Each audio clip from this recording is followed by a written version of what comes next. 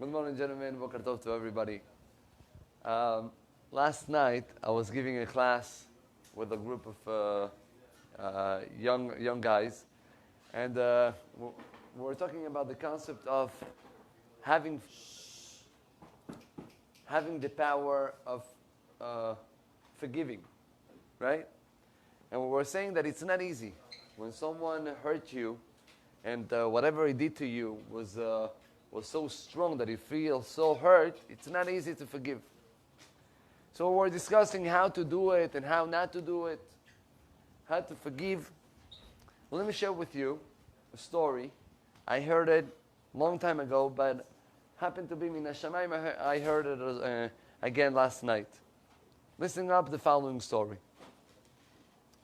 Rabbi, this story, I know that it's a real story because I happen to be that I know the rabbi that got the letter of the whole entire story from the person that passed it.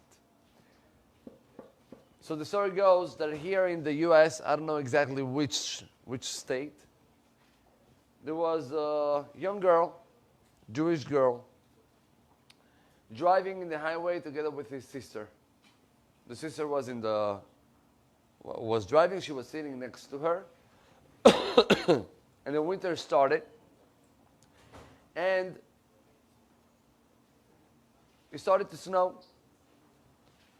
You know, when it's very, very cold, right away, the snow is becoming ice, and therefore the highway is much dangerous.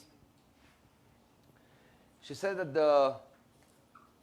the sister was driving, and all of a sudden there was another car that entered to her lane. She was so scared that immediately she turned up to one of the sides, but because everything was frozen, she just slept, and the whole car started to make some how to say it? Swells. Thank you. Until it got hit from one of the sides of the road. The problem was that they got hit from the side of the road, and instead of facing the regular way, they started to face, the contrary way of the highway. Now the cars are still passing, they're speeding up, and this girl said that I don't know why she thought that if she's going to go outside from the car, she's going to try, to stop up the cars, and it will be less dangerous. She says she goes out from the car, she starts waving with her hands to stop the cars, and she sees that there is a car that instead of stopping, is racing even more. And he's racing towards them. She says, in those seconds, she started to think, this guy is crazy, he's nuts. I mean, he doesn't see me. But the seconds flied, and she got hit from the car. And the only thing that she remembers was that she was laying down on the floor with a huge, tremendous pain in one of her legs. She looks down to her legs. I don't want to give, too much details, but one of the legs was bleeding, and the other leg wasn't there. The other leg wasn't there. They took her to the hospital. They make a hole, and they told her in the hospital, "You got a miracle that at least one of the legs, got saved." Rabotai, this girl, the years were passing through. She got a lot of support from the family, a lot of support from her friends. But with everything, it wasn't easy, to live from now on a regular girl, to live with one leg instead of two. Obviously, she had those machines that you put instead, but it's not easy. And she said that every single year, that date of the accident, She was sitting with herself, thinking again about her life. At Tisha B'Av Day, 15 years. Every single year, she was even more upset, more angry, more complaining. Until one day came. That was the same day of the accident 15 years ago. And she thinks to herself, she said, listen, I'm suffering so much. But what about the guy? What about the guy? The guy just went back to his life. He's, he's happy, he's healthy, he's good. And he forgot about me totally. He doesn't understand that he ruined all my life. You know what? I'm going to call him up. Her plan was to call the guy up and to yell at him, whatever she is able to. She calls up the guy doesn't answer. She leaves a message. Next morning, he calls back. And she said, he calls back, and automatically she said, you remember which day was yesterday? And the guy started to cry on the other side of the phone. And he said, of course I remember. And then let me just tell you that my life got ruined from the moment that I did this terrible accident. All my life got ruined.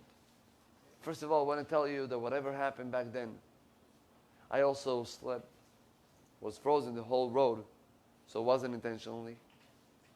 But besides that, obviously I got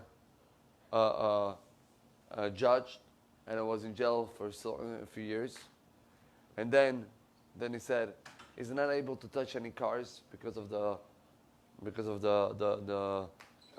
shock that he is. He got divorced, unfortunately, and he got cancer. He had a terrible, terrible life from the moment of the accident. And after he finished explaining to her all his life, he said, I believe that you're suffering much more than what I am. But I didn't have the power to call you up and to ask for sorry. But right now that you called, I said, that's the opportunity for me to ask you sorry. She said at that moment, all the anger that she had, all what she planned to say and to throw on top of the guy, changed it totally. But she said, not only change it, but I showed to myself that I'm able to forgive him. And from that day on, her life changes totally. Rabotai, it's hard to forgive. For sure it's hard to forgive. When someone is hurting you, it's not easy. But guess what? The only one that it's going to enjoy by forgiving is yourself. Because the only one that suffers by not forgiving is yourself as well. The other guy even he's not thinking about it. Or he's thinking, but he's, whatever. Who is going to sleep with the pain? Who is standing up with the pain? Only ourselves. Therefore, when there is someone that hurts you, you have to understand that by forgiving, the only one that is going to gain is you. But let me just add you one more point. A few years ago, no, not even years ago, a few months ago, I was sitting here giving a class. And in that class was before Rosh Hashanah.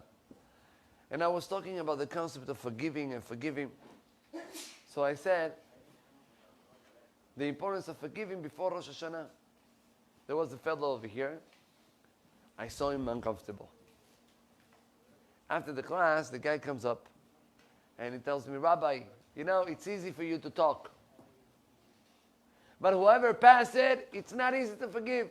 And he tells me a whole story what happened to him and in his family, and he have, people that all the time in his family, they're pinching him all the time. He says, Rabbi, I'm not, you know what? Maybe I forgive. I'm not talking to the guy. I don't want to talk to him anymore. I cannot even see him in the face. I'm not angry, but I cannot see him in the face. So I told him, listen, I want to ask you but I want you to be amiti, true with me. Tell me the truth. If someone will come up to you, I'm just giving an example. It can be with money, can be with something else. Someone will come up to you, and he will tell you, listen, Yaakov, do me a favor. I really want you to make peace with so-and-so. I know that he was wrong. I know that he's not okay. But you know what? If you're ready to forgive him from all your heart, I'm ready to give you $50,000.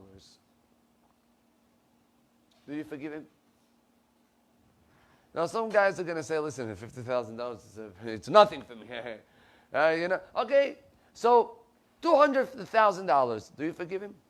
Here, cash. Do you forgive him? Rabotai, and if it's not money, it can be something else. That for you, it's much more important than to forgive him. And you will be able and ready to forgive him 100%. Why? What happened right now? I just offer you money. What happened? You know what's the answer? The answer is that the one that is able to forgive is only you, and you decide when to forgive. And if you have an interest to forgive, you're going to forgive. Rabotai, the Gemara writes, Kol ha'ma'avir al midotav ma'avirim lo al arov peshav. Whoever is able to forgive, says the Gemara, they erase all the averot that he had. All the averot that he had. Imagine this guy did averot. He have no chaylik le'olam haba. He have no chance for him to go to olam haba. Imagine. And right now I'm approaching the guy and I'm telling him, listen, if you forgive this guy, right away on the spot, all your averot are going to be erased and you're going to have the merit to go to olam haba. Are you ready to forgive? So instead of thinking when someone hurts you how bad he is, think about the chance and the opportunity that you have right now to gain so much that you cannot get it throughout the whole year.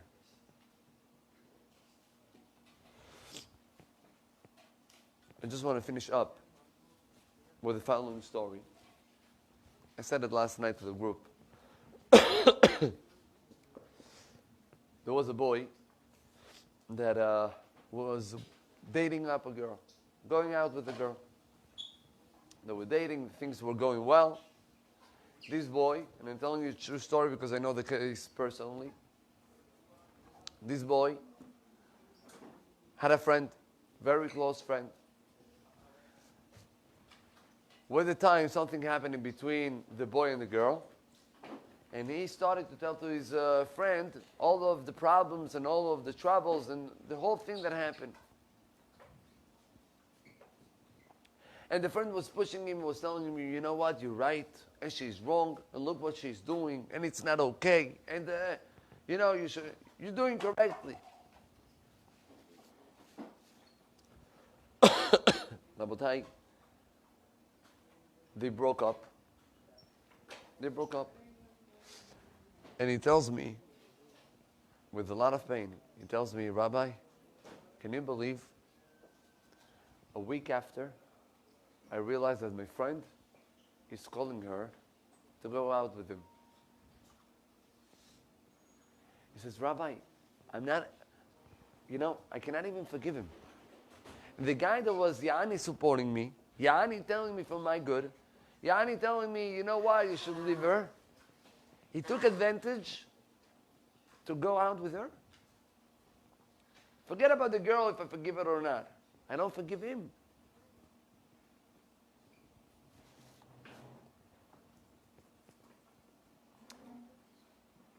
What are you going to tell him? What are you going to say in such a case? Rabotai, that's what I try to help him out to understand. Chachamim are saying, אין אדם נוקף אצבעו מלמטה, אם לא מכריזים עליו מלמעלה. There is no movement in this world that a person can do. One finger, moving one finger. I cannot move this finger if it wasn't announced up in Shemaim that I'm allowed to move it. There is no one action that a person is able to do. One action. That in Shemaim they didn't say, you know what, you have the permission to do it. I said, so look at yourself. Right now, you're angry about this guy. How a guy told me? Bar minan. And I'm telling you that halakha right is asur to say such a thing. The guy said, you know what? I got an issue, business issue with a guy. He stole from me money. And I told him, you know what? God will take care of you. And he was proud. He told me, you know what happened to the guy? Bar minan, what happened to him? I don't want to even tell you.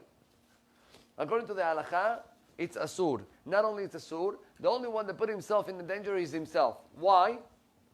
You calling God? So God is checking up. Someone called me, right? Let me check what's going on. Oh, so you called me? Let me first open your file. And believe me, no one wants God opening our file. Correct? So I told this guy to scream, and I say, you know what? I wish that God would take care of you. I say, yeah, Habibi, do you think that God needs you to call him up to take care of the guy? God doesn't need you. If God wants or needs to take care, he's going to take care anyways. Without your cursing and without your words.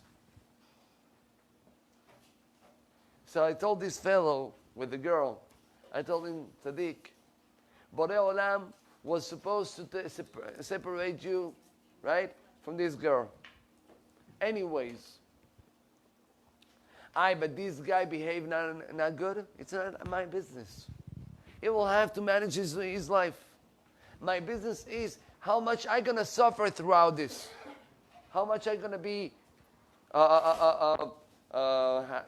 in Spanish it's called remordimiento. Not remordimiento. How do you say that? Remorse and sadness. And how much suffer I'm going to have more emotionally. And about that suffer, the only one that is going to suffer is going to be you. And the only one that is going to have the power to take it off is going to be you. You forgive, and don't worry what's going to happen with the other guy. Care about yourself. That's the first point that I wanted to share with you. Rabotai, now that we have the second group coming up, 1 second, Freddy, if you don't mind. Otra.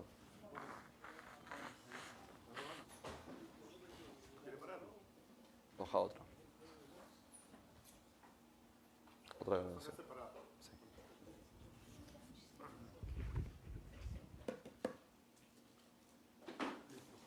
Thank you.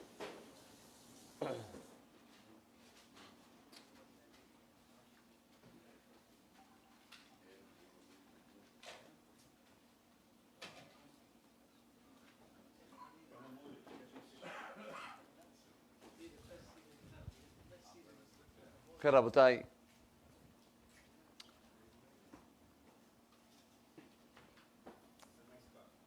A beautiful idea that I think that we can take up to our life is the follows. You know, this parasha of the week is Be'alotecha, correct? Parashat Be'alotecha. So we have Be'alotecha et hanerot el mul penei menorah, the lights of the candle of the menorah, and then we have also the following pasuk: Al pi Hashem yachanu, ve'al pi Hashem yisau. We're talking about the stops of Am Yisrael in the desert. Correct? And the Torah tells us that Am Yisrael stopped many, many times. Every single time that they stopped, they had to build up the Mishkan. Once they were supposed to leave, they were supposed to separate, undo the Mishkan. Good. Ask the Gemara in Masechet Shabbat the following question. Says the Gemara, one second. You know, there are 39 actions on Shabbat that you're not allowed to do. One of them is building. From where do we learn the actions of Shabbat that are prohibited? From the Mishkan. As the Gemara, we know that on Shabbat, to destroy something or how do you say it? This is simple. Okay, something that it's built. It's asur only if you have in your mind to rebuild after on the same spot. On the same spot. Two conditions. Condition number one, to rebuild it. You're breaking it to be able to rebuild. Condition number two, got to be on the same place where you broke it. If it did it in another place, according to the halakha, it's not isur deoraita. It's asur, but it's not deoraita. Ask the Gemara Masechet Shabbat. 1 second, I don't understand. Where do you learn building and breaking on Shabbat that it's prohibited? From the Mishkan. But what happened in the Mishkan? They were building in one place, they were destroying it, and then they were building in another place. So if you learn from the Mishkan, what's supposed to be asur also if you build it in another place? Answers the Gemara, no. Al pi Hashem yahanu, ve'al pi Hashem yisau. Whatever they move was al pi Hashem, because of God saying it. So really it's like was built up and destroyed and rebuilt on the same spot because everything is by God. And Rabotai, all the Mefarshim are asking, Ma kesher, what is the connection? So because God is telling me to do it, it's considered that I didn't build it over here, I built it over there. So I heard a very nice mashal. It says, if I call up my someone that is traveling right now in the train, in the bus, and I'm asking him, where are you? He's going to tell me, right now, I'm in between Miami and Orlando, whatever, right?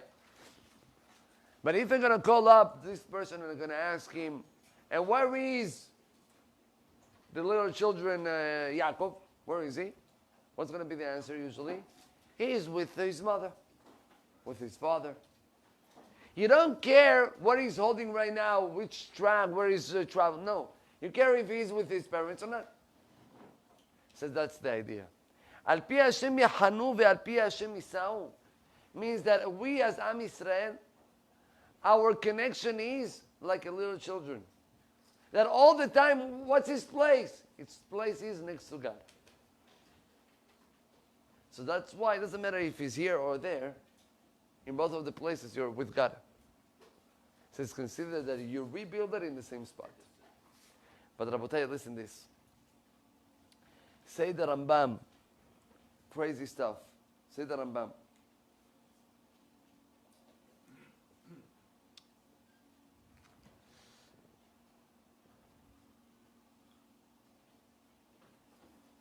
There's the pasuk. Ikraeni ve'aneu. Aimo anochi betzara. Achaletzeu v'chabedeu. Say the Rambam the following idea. He says, what's the meaning of this pasuk? Ikraeni ve'aneu. Say, God, when you will call me, I will answer you. Ikraeni ve'aneu. Imo anochi betzara. I'm with him at the moment of suffering. Achaletzeu v'chabedeu. I'm going to save him up and I'm going to respect him. Say the Rambam, you know when Hashem is saving a person, when HaKadosh Baruch Hu is ready to save a person from a problem. One. When Imo Anochi Betzara, when a person feels that he's connected to HaKadosh Baruch Hu, even when there is a suffering. Even when there is a problem. When a Jew is stick to Borei Olam all the time, even when things are not so clear, then automatically, then automatically Borei Olam is saving. Rabotai, to have emunah when everything is good, easy. The hard part, we should never know, but the hard part is when the things are not going so well. How do we say it on Shabbat? להגיד בבוקר חסדך ואמונתך בלילות. Boker represents clear. Everything is with light. I can see everything. Baboker, when everything is going well, you have to say Hasdecha. All of the good things that you're getting from Borei Olam. But when you have to reactivate your emunah, emunatecha balelot. When it's totally dark and you don't see anything, you don't see any hope but minan, at that moment you have to feel this emunah. Because only when there is this type of emunah, then Borei Olam says, Imo anochi betzara. You took me together with you at the moment of suffering. I will save you up. Rabotai, this concept of emunah is so strong that we can change all type of bad decrees only by having the emunah. Let me share with you the following amazing story that I heard. There was a Jew that passed away 3 years ago. this Yehudi was 96 years old, and he got saved from the Holocaust. He said that how he was in a concentration camp where the general in that concentration camp, Mamzer Rasha, was a guy for dinner, before he eats dinner, he had to shoot down a Jew. Every night. So everybody knew that every night he was saying a name, and this guy was supposed to come and to get shot. Mar Shemo. He says, the one day, they call up a guy. They said a name, let's call him Yitzchak, whatever. Now, the name of this fellow that passed away is not Yitzchak. That's not him. It's another guy. These are the guy, we cannot judge them, but just to, this other guy got so much fear to get killed. He just heard his name, and he started to point him, saying, Yitzchak, they're calling you. And he said a few times, he says, those were seconds that I had to decide if we're going to make a whole balagan, and to say no, and you going, and or I can understand that Borei Olam is managing the things. He decided he's not opening his mouth. And he got to the general, and the general looks at the Jew, and he says, let me tell you, every day, like you know, I decide to kill one Jew before my dinner. Today I decide to save one Jew and to kill all the rest.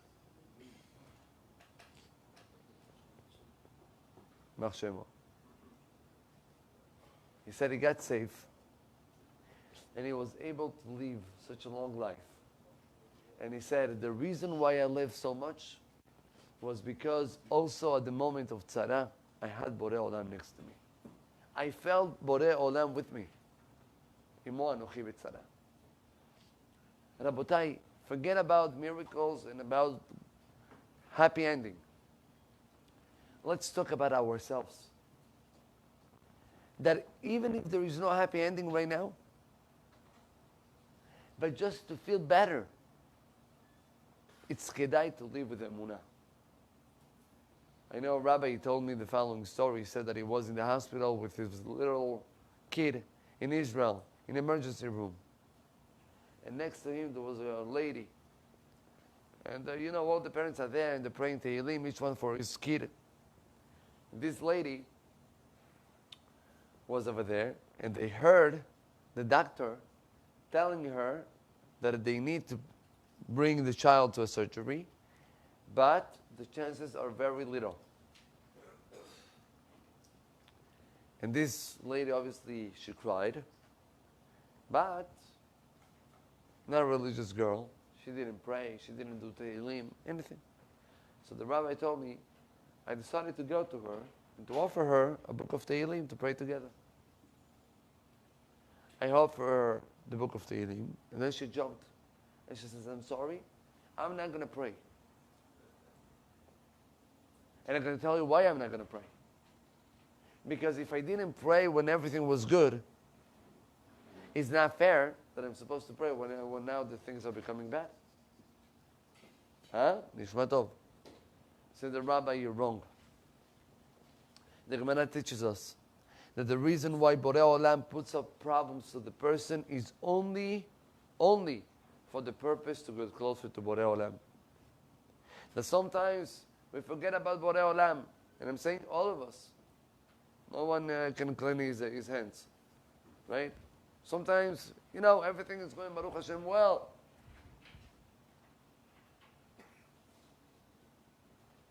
Rabotai, when a person is able to get connected to HaKadosh Baruch Hu, there is no need to put him in as a challenge, because you're already doing it. You're already praying, you're already getting connected, there is no need. What's the need? To make you more closer? That's it, you're close. That's when a person lives emunah. And let me tell you the following Hadush. בעלותך את הנרות אל מול פני המנורה, יאירו שבעת הנרות. בהעלותך את הנרות. What's בהעלותך את הנרות? Says the Midrash, I don't understand. There is a mitzvah that the Kohen have to light every single day the menorah. Right? For what? To have light. Says the Midrash, וכי לאורו הוא צריך. Borei Olam needs the light of the candles. What's the purpose? What's the point? Why Borei Olam is obligating the Kohen every single day? And gives the Midrash a beautiful mashal. Says the Midrash, Mashal lema davar domeh. There was a king. This king had a very close friend, regular guy, not rich, normal. But he loved him so much. One day, he told to his friend, do me a favor, I want to come to your house. Let's eat together dinner. Please prepare yourself, you know I'm coming. It was an honor for him. The king is coming to my house first time. Gets home and tells his wife, let's prepare and let's do and let's put. But they didn't have so much money, so whatever they had, they'd make it nice. You know, they had a simple table, wood, but they clean it and they shine it. They had, back then there was a type of lamps, right? Regular wood lamp, but again, he shined it and he cleaned it and everything was looking so nice. Say the Midrash that the king, before he comes, there are the helpers and all of the people that are working with the king. They came up to the house of this fellow to put whatever, the red carpet and etc. And the guy says that he sees how the guys are coming and they're putting the red carpet, but not only the red carpet, but they bring all type of things from gold. Tables of gold, chairs of gold, lamps, is it lamps? Lamps of gold. The guy felt so embarrassed. He said, but look my stuff, look the stuff of the king. You know what? I'm going to hide my stuff. I'm going to hide it. It's not kavod. And said the Midrash that when the king comes, he sees around him, and he sees only that he have his stuff in the room. There's only his table, and his chairs, and his lamps. So he goes to the Baal HaBayit, and he asks him, I told you to prepare yourself. He says, Your Majesty, I did it. And I prepared all the things, and I cleaned it up. But I was so embarrassed when I saw all the good things that you brought to leave my stuff. Says the king, Tzaddik, the reason I don't need my stuff, I need your stuff. I need your good things. That's what I'm looking for. Say HaKadosh Baruch Hu to Am Yisrael, guys, I know that I can do it even better than you 10 times. But I want yours. I want yours. And Chachamim compares it to the eye. The eye have the white and have the black. Which type, from which part of the eye you see? From the black. From those black spots that people are having throughout their life. That's what Borei Olam wants from us. When everything goes well, I am giving it to you. That's not a big deal. Sometimes yes. Sometimes it's an isayon. Sometimes it's a problem that a person is getting, Baruch Hashem, too much beracha, and then what are we doing with it? But what's the real Ratzon Hashem?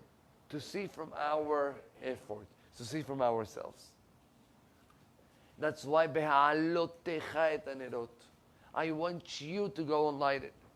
I want you to do an effort for me. And Rabotai, when a person lives this type of life, all the life change and all the focus in his life is getting another perspective. I would like just to finish up. Chacham Boaz, Boker Tov. Just to finish up. how powerful is the concept of emunah, and how much we have to try, to apply it.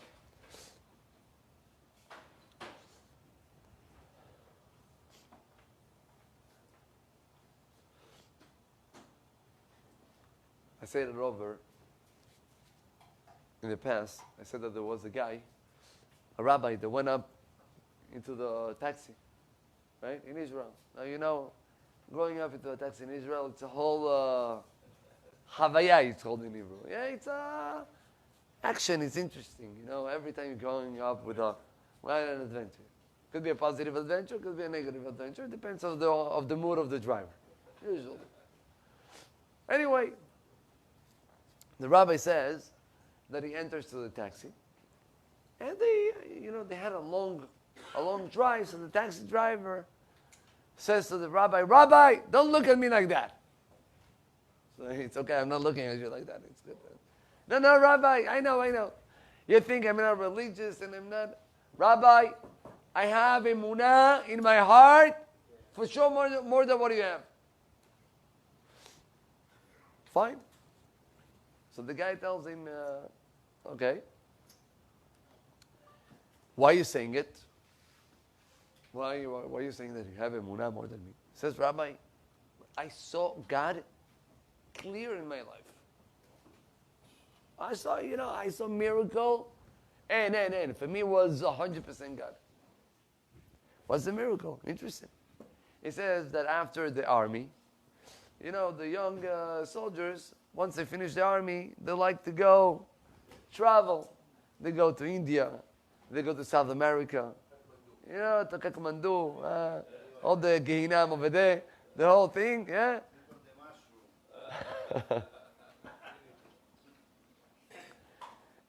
Anyway, they go to all those places. A few months. He said that he went with a couple of friends. All of them went, out from the top commandos in Israel, Sayarot, and they feel good on themselves. And they said, let's do, a good track. Hiking and whatever. They were hiking over there in India, I don't know why. All of a sudden, they hear one of their friends yelling. Ah! They turn back to see what's going on, and they see a huge snake, standing in front of the guy. Yalla. Now he says those are seconds. You see that huge snake, right? He's about to kill him in any second. They don't know what to do. They have no.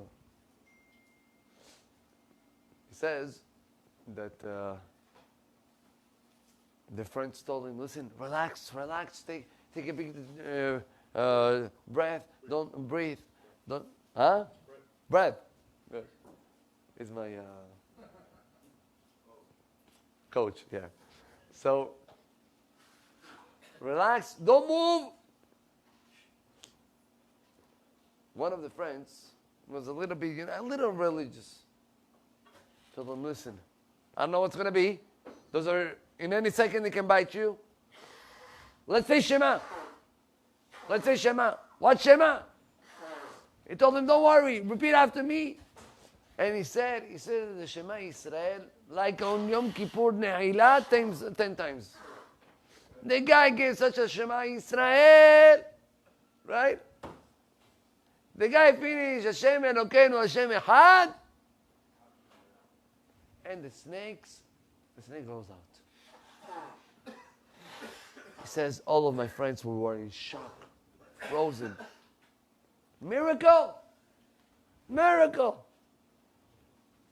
Rabbi, I saw God in my eyes.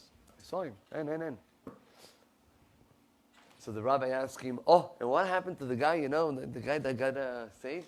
Rabbi, you with your questions. What do you want me to tell you? The truth? Like, what happened to him? Of course, he became Bar Teshuvah with peyot, with shtraima, with I don't know why. He's sitting and learning the whole day. Good.